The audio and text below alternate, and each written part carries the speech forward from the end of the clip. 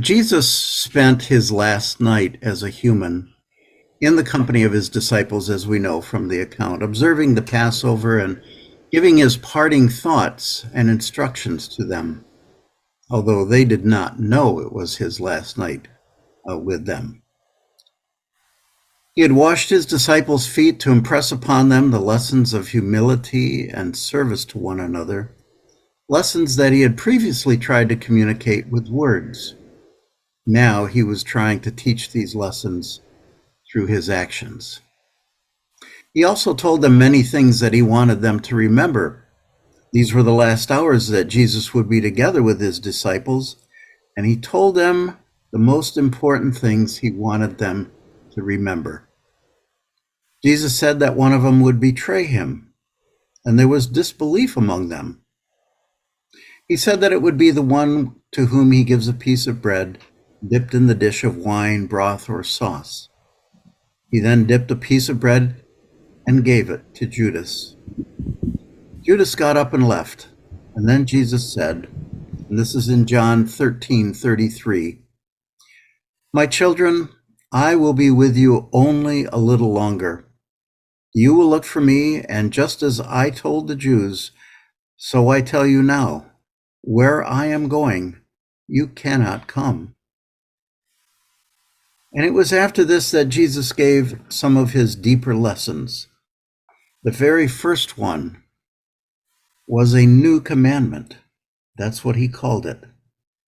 And we read this in the next verses, John 13:33, or 34 and 35. If you're following along, I'm usually reading from the New International Version. "A new command I give you, love one another. As I have loved you, so you must love one another. By this all men will know that you are my disciples if you love one another." A while later, still talking with his disciples, he repeated this. This is in John 15, verses 12 through 14. "My command is this: love each other as I have loved you. Greater love has no one than this, that he lay down his life for his friends. You are my friends if you do what I command." Well, how was loving one another a new commandment? Wasn't loving one another already taught by God through the law and the prophets in the Old Testament?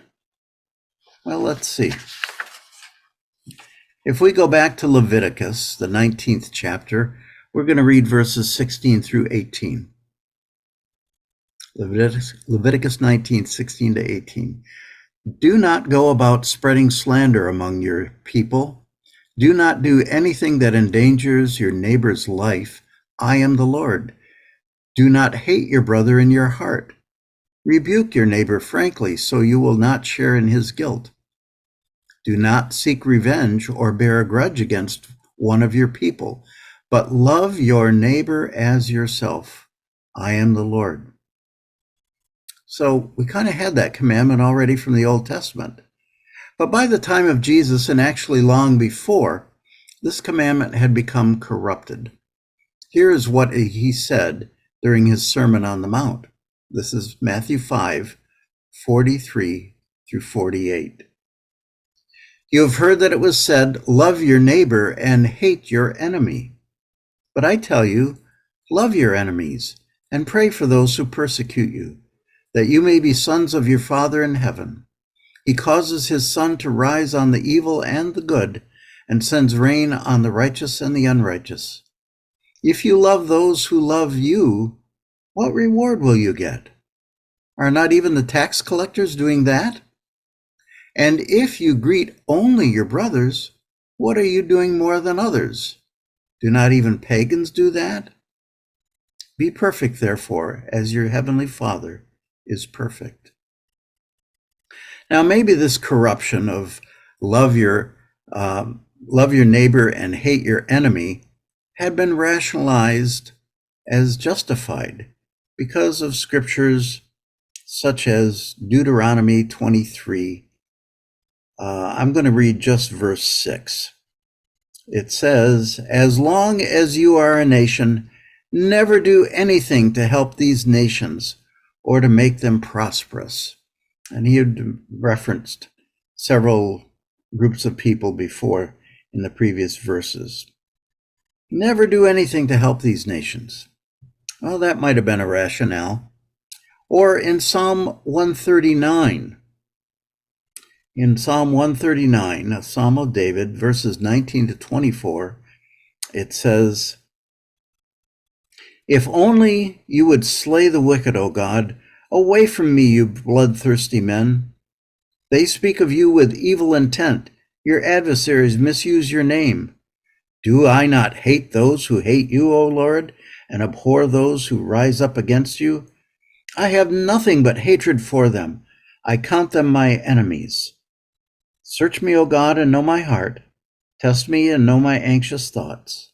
See if there is any offensive way in me, and lead me in the way everlasting.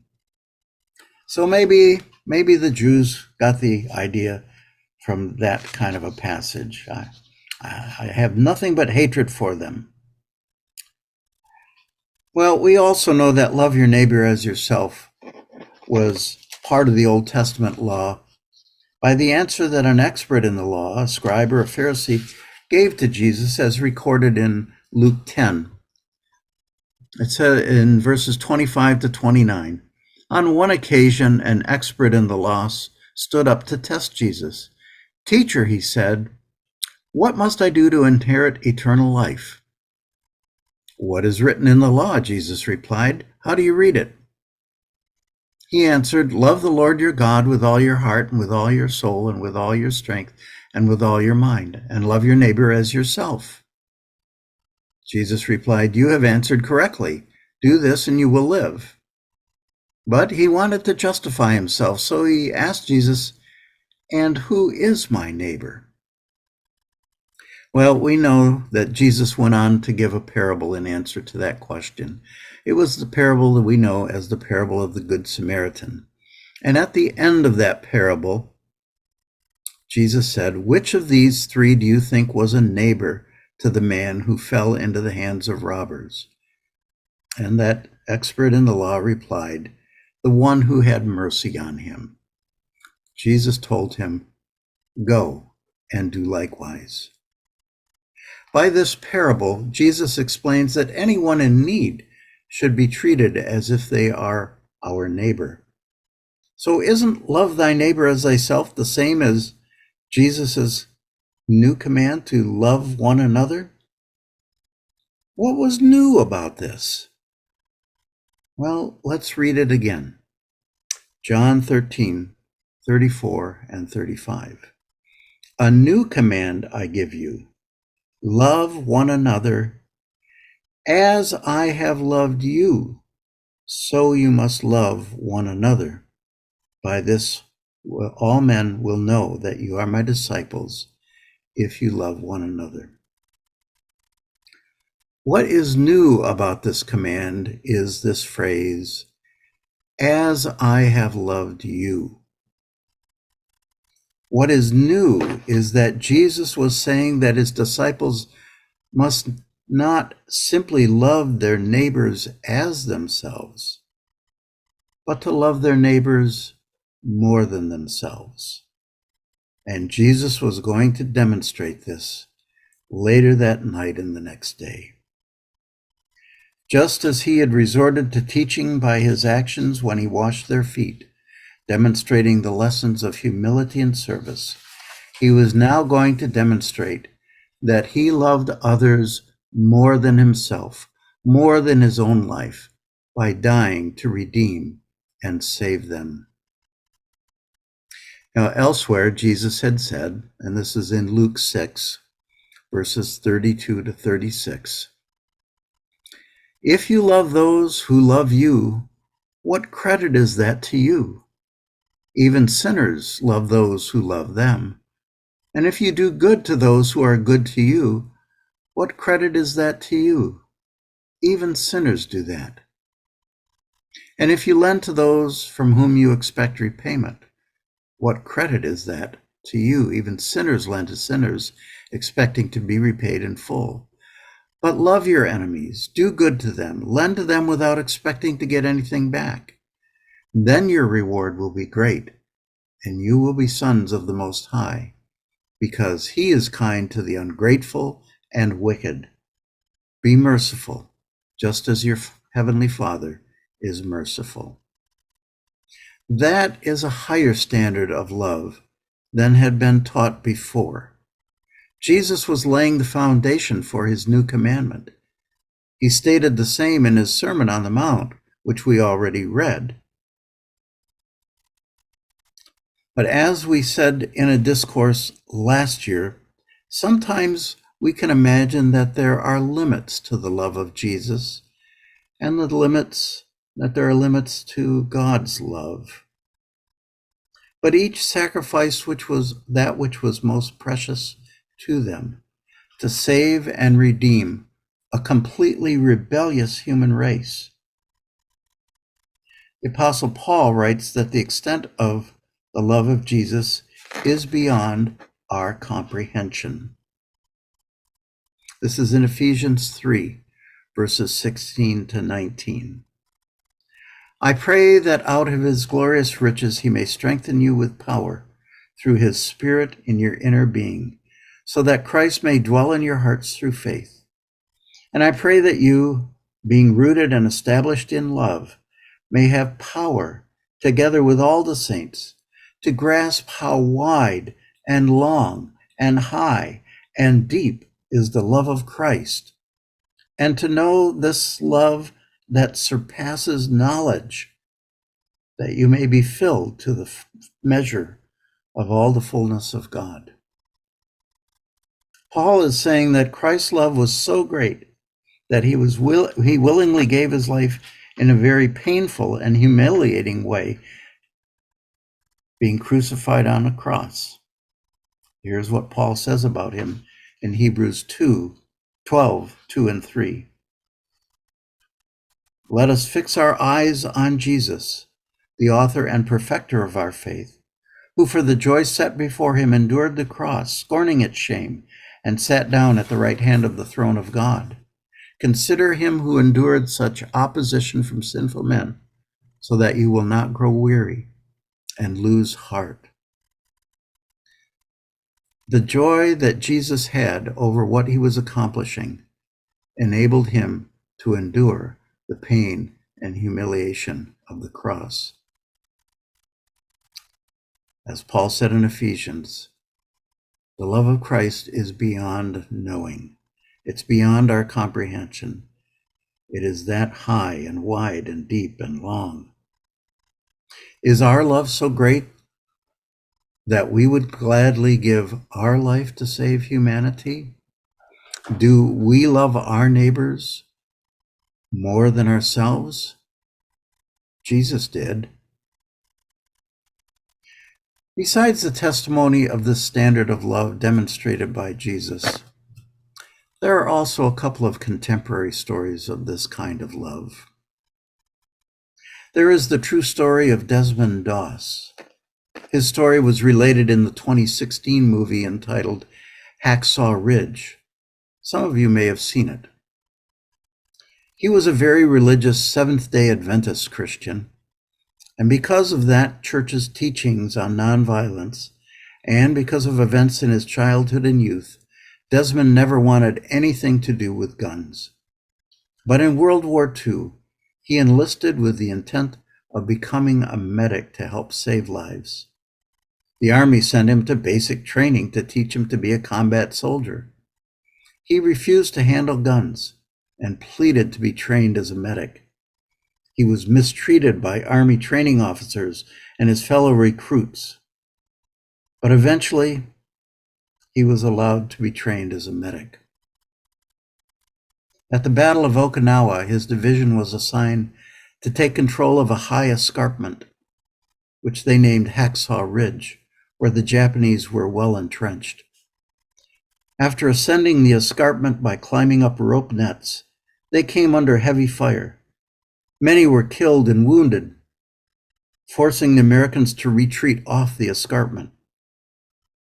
At great peril to himself, Desmond remained on the ridge all night, all by himself, moving around stealthily, finding wounded soldiers, treating their wounds, carrying or dragging them to the escarpment edge, and lowering each one with a rope down to American soldiers below. He said that each time he lowered one and pulled the rope back up, he prayed, "Lord, help me to find one more." He kept doing this all night long, and he saved the lives of 75 wounded men. Desmond Doss loved others more than his own life. In 1974, I went on a trip to Europe, Egypt, and Israel, organized by Brother Carl Hagensick. We attended a convention in Lille, France, and then headed to Krakow, Poland, to attend 2 days of the Polish General Convention. But Carl had the dates wrong, and we arrived the day before the convention began. Well, we wondered, what will we do with this extra day? Options were quickly organized, and about half of us visited Auschwitz concentration camp. Because we had not made any prior arrangement to go there were no English-speaking guides available, only Polish. But we had Polish-speaking brethren. So, Sister Florence Nemiski translated the guide's messages into English for us during our visit. During the course of the visit, the guide told us that only a few people ever escaped from Auschwitz. Whenever one did, the camp guards would execute 10 prisoners, either by hanging, firing squad at the wall of death, or by putting them in a chamber of death, a room in the basement of a building next to the wall of death that could be sealed airtight. Once men were locked in there, the guards would close off the air vents, and the men would eventually suffocate. While standing outside that building, the guide showed us a plaque honoring a Polish Catholic priest that had been mounted to the wall of that building. He then told us the story that there was only one time that more than a single person escaped from Auschwitz, a time when 3 people escaped Auschwitz together. The guards therefore selected 30 people, 10 for each escapee, and began herding them into the chamber of death. One of the 30 men, a local farmer who was in the camp, imprisoned in the camp, collapsed on the ground in tears and begged the guards not to kill him. The Polish Catholic priest, who had not been selected and was still standing in formation, was moved with compassion. He walked up to the guards and asked if he could take the man's place. The guards freed the crying man, and the priest walked into the chamber of death and died. The farmer survived until the end of the war and was released from the camp. After the war, he had the plaque made to honor the priest who had given his life so that he could live. The Polish Catholic priest loved his neighbor more than himself. Brother Carl was with us that day at Auschwitz. He heard that story. The next day at the Polish General Convention, he was talking with a Polish elder and mentioned that some of us had visited Auschwitz the previous day. Brother Carl didn't mention the story about the plaque, but the Polish elder volunteered to Carl, there was one time when 3 Bible student brethren escaped from Auschwitz. Wow. It was the escape of 3 of our brethren that triggered the self-sacrificing act of the Polish priest and led to the plaque that we had seen. Do we have love like that? Do we love like Jesus? Talking to his disciples that night, Jesus said in John 15:13, "Greater love has no one than this, that he lay down his life for his friends." The Apostle John, in his first letter, writes a similar message but focuses it on those we identify as our brethren. 1 John 3:16-18. This is how we know what agape love is. Jesus Christ laid down his life for us, and we ought to lay down our lives for our brothers. If anyone has material possessions and sees his brother in need, but has no pity on him, how can the love of God be in him? Dear children, let us not love with words or tongue, but with actions and in truth. So it seems we should be willing to lay down our lives for our friends and our brethren. Is that as far as we are expected to go? If we would think of a continuum of people and relationships, beginning with our natural family members and continuing down to total strangers and even enemies, where on that continuum would we stop being willing to give our life to save the life of another person? Do you think such a continuum was any part of Jesus's thinking in making his decision to give his life as a sacrifice? Or did he die to save everyone on that continuum, including even the scribes and the Pharisees, his enemies? Here's what Paul wrote in Romans chapter 5, verses 6-8. You see, at just the right time when we were still powerless, Christ died for the ungodly.